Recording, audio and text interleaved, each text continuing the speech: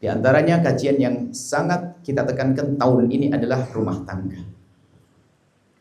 Sebab kalau rumah tidak indah akan hadir generasi yang tidak baik. Rumahmu harus rumah yang sejuk. Selama tinggal dengan keras kepalamu, dengan biasa membentakmu, dengan marah yang gak jelas selama tinggal. Di rumah ada anak yang membaca, ada anak yang mendengar, ada anak yang melihat kita. Sudahlah, jangan ikuti ego. Kesombongan gak perlu lagi dalam rumah.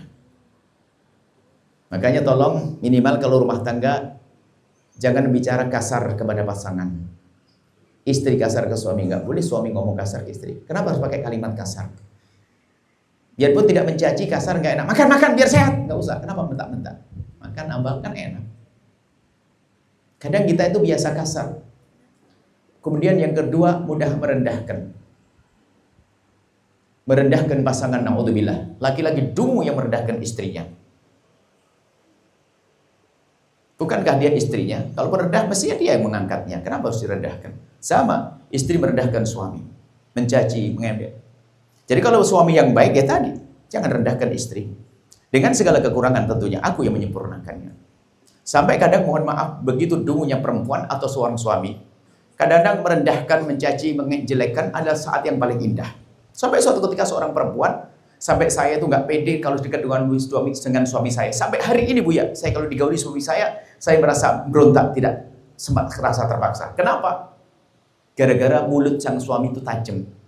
Lagi ciuman dan pelukan begitu, rupanya sang suami ngomong, mulutmu kok bau? Allah, memang mulut dia nggak bau. Padahal mulutnya sang suami bisa lebih bau lagi. Dasar memang mulutnya mulut tajam dia. Akhirnya saya itu padahal sudah bersih sikat gigi Bu ya, tapi tetap saya nggak pede. Teringat kalimat yang nusuk di hati saya. Sampai ini buat dia laki-laki bodoh. Ya mungkin, maka kami ingatkan pada para istri juga, para suami juga, kalau mau bertemu itu ya harus siap-siap dong. Kalau suami mau pulang ke rumah, mampir pom bensin, sikat gigi dan sebagainya, ngemut permen dan sebagainya. Jangan sampai ngobrol sama istrinya nutup kerudung setengah jam, suaminya nggak paham-paham. Nah, ini kan repot. Harus bersih dong, bersih muka mulut. Kalaupun seandainya kita bersihkan, tunda tempo sesaat bisa berubah. Kalau ternyata mulut pasanganmu ada perubahan, tapi dia sudah berusaha, jangan disebut menyakitkan. Sampai ada seorang laki-laki, padahal dia perkasa aslinya. Setelah itu dengan istrinya, sudah nggak semangat lagi. Kenapa? Waktu lagi hubungan asik-asiknya dikomentari tentang satu hal. Kenapa? Tentang alat vitalnya atau apanya begitu. Langsung sakit hati sang suami. Kenapa kok kalimat-kalimat seperti itu sering muncul? Karena dungunya orang.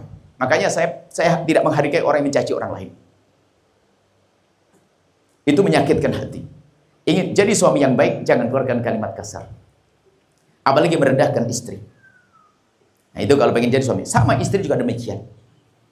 Kalau lihat kekurangan, jangan. Termasuk guyonan pun yang santun dong. Mohon maaf, biarpun istrimu, suamimu. Harus ada rasa malu dong. Kadang-kadang suami istri nggak siap pasang buang angin di depan wajahnya. Ini sebetulnya kan tidak menghargai. Coba. Anda berani buang angin depan ustadz Anda? Nggak berani. Istrimu tidak kau hargai dong enaknya. Tapi seandainya tiba-tiba namanya manusia, tiba-tiba buang angin namanya keluar lah ya, keperucut lah. Maka seorang pasangan hebat pura-pura nggak denger. Jangan ada budaya jelek di rumah. Malah sudah biasa tembak sana tembak sini ya. Ini rumah tangga pakai begitu nggak ada saling menghargai. Jangan dianggap sepele. Siapa yang kayak gitu angkat tangan? Nah begitu ya, jangan. Ini kalau suami yang baik menghargai.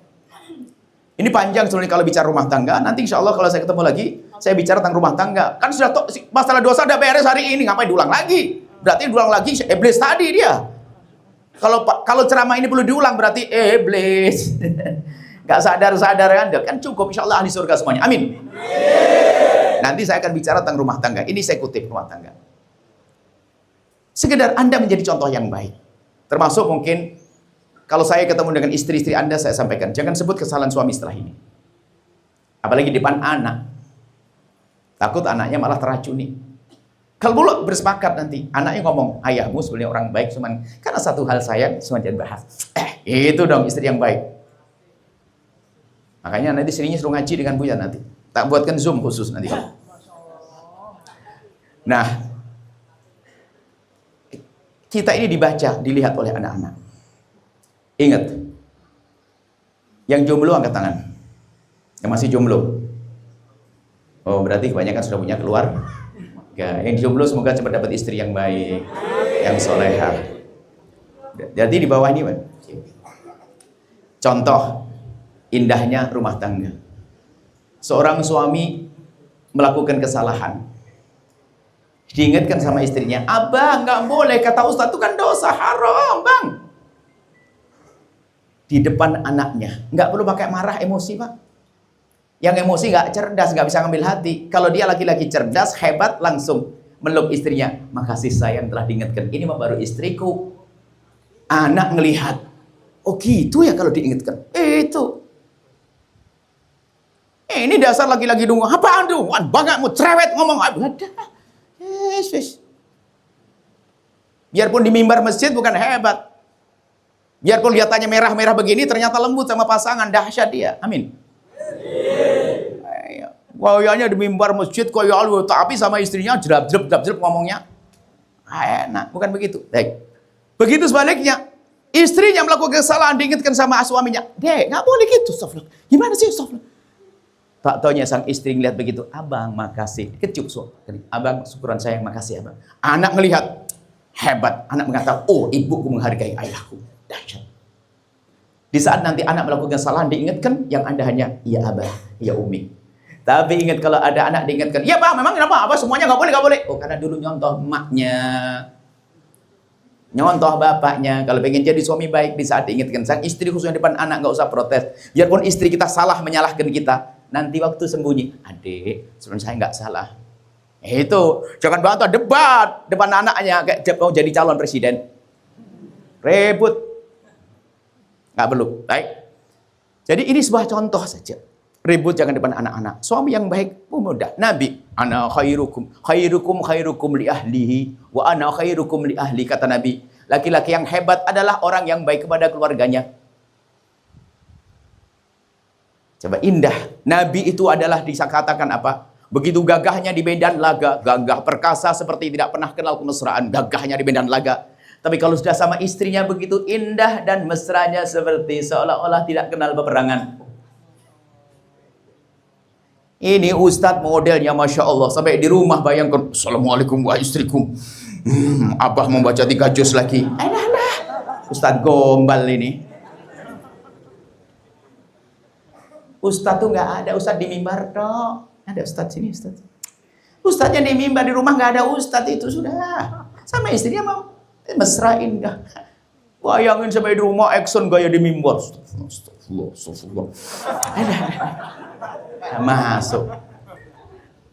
Baik, kurang lebih seperti itu. Jadi suami hidup itu indah. Kalaupun ada pasangan yang melakukan kesalahan, adalah untuk kita angkat, bukan untuk kita jatuhkan. Cuman kadang kita terlalu emosi dulu. Akhirnya tidak menjadi orang lebih baik. Semakin terpuruk. Baik, panjang jawabannya ini 2 jam nggak cukup sebetulnya.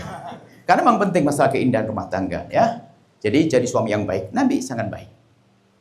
Jangan mencaci, jangan angkat suara dan sebagainya. Kemudian mudah minta maaf, mudah memaafkan, mudah minta maaf kalau salah minta maaf. Baik, kemudian yang kedua zikir. Nanti saya baca zikir ini Pak amalkan nanti insya Allah ada kesulitan. Syaratnya adalah istiqomah, khusyuk, istiqomah, zikir. Zikir nanti yang akan dibaca harus punya amalan. Kalau sudah punya amalan dari guru Torekoh, lanjutkan itu. Kita tidak akan putus dari gurunya. Ini hanya pendek. Dan kalau mengamalkan itu nggak bertentangan kok. Ngamalkan Torekoh banyak nggak ada masalah.